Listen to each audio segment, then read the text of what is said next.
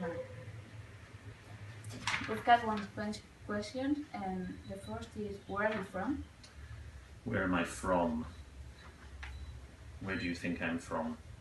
Scotland. Scotland, I'm from Scotland, yes. I'm from Edinburgh, I'm from the capital city.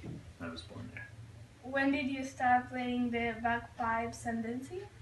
I think I was about 20 years old when I started playing the bagpipes. I played other instruments before that, but the bagpipes I started when I was about 20. And dancing, in Scotland you learn these kind of social group dances when you're at school already. It's part of the culture. So I've always danced. But doing it as a kind of a job, I would say from probably around the same time when I was 20, I started working with foreign students that come to Scotland to improve their English, and that's part of their social programme, doing Scottish dancing and learning the culture. So around 20, but I knew how to do the dances before that. Yeah. Are they difficult to learn compared to other musical instruments? Bagpipes, or the pipes, are they difficult to learn? Compared to other musical instruments, each instrument is different. I would say they're not. There's different techniques you need. So one thing is the chanter, the melody part, and that's similar to the recorder. You might call it, well, the flute is what you call the travesera. So the recorder is your flauta dulce, or your gralla in Catalonia. You've got the gralla. So that part, the chanter, is similar, and that's not too difficult to learn some fingerings, at least a simple tune.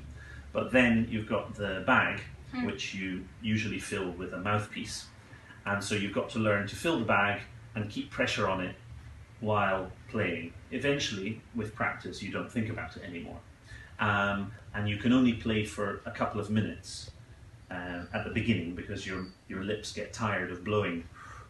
So if you play for 1 or 2 minutes, you're fine.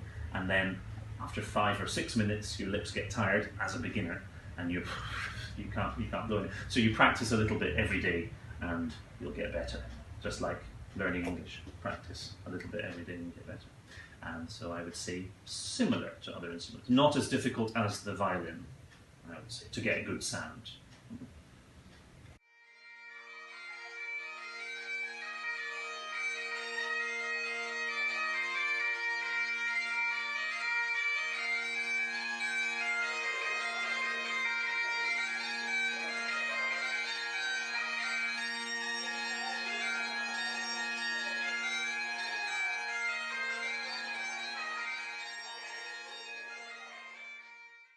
Apart from visiting schools, where else do you play?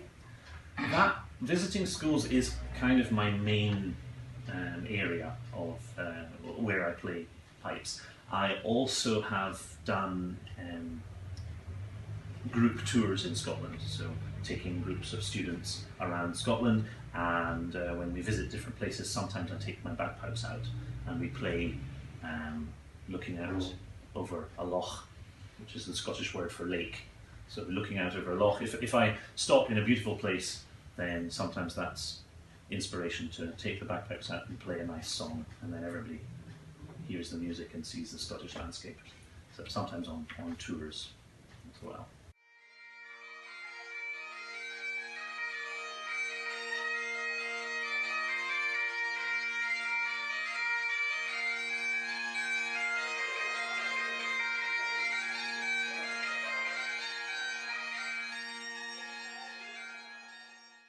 Do you just wear your kilt for dancing, or also on other occasions? Mostly for dancing parties, which we call ceilidhs in Scotland these days. But I've worn it at New Year, for example. Although often at New Year you dance, you maybe have a dancing party. But people wear them for weddings, when people get married, and sometimes going to church. Some people still go to church these days, and you wear them.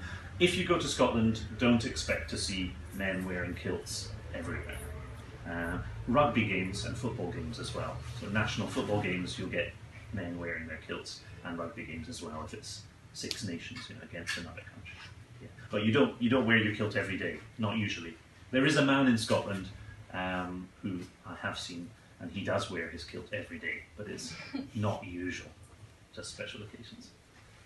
Sorry, but we really need to ask you one question. Is it true what some people say, that you wear nothing under your kilt?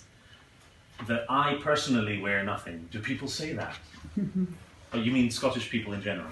Scottish men in general? I don't know. You don't know. Okay, yes. The tradition is that you don't wear anything under your kilt.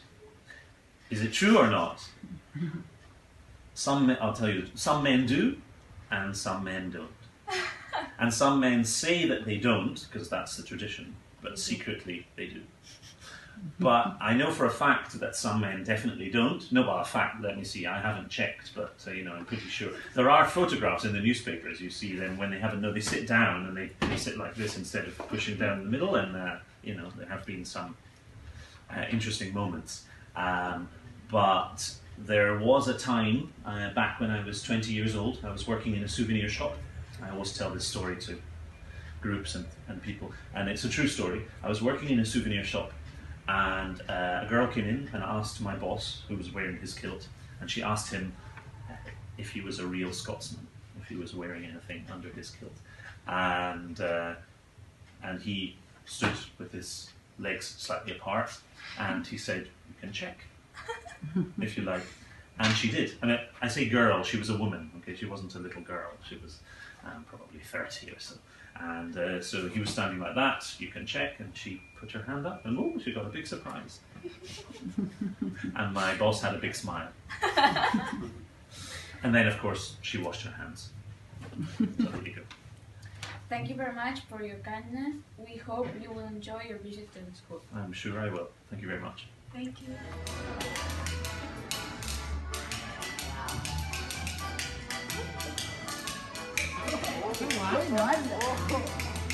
Wow.